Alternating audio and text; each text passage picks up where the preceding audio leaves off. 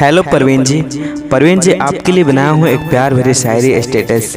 तो चलिए परवीन जी देर न करते हुए शायरी को शुरू करता हूँ कि आपके साथ रहते रहते हमें चाहत सी हो गई है, आपसे बात करते करते हमें आदत सी हो गई है।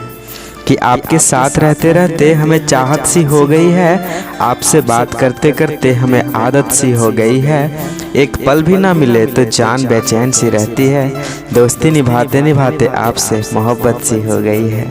I love you.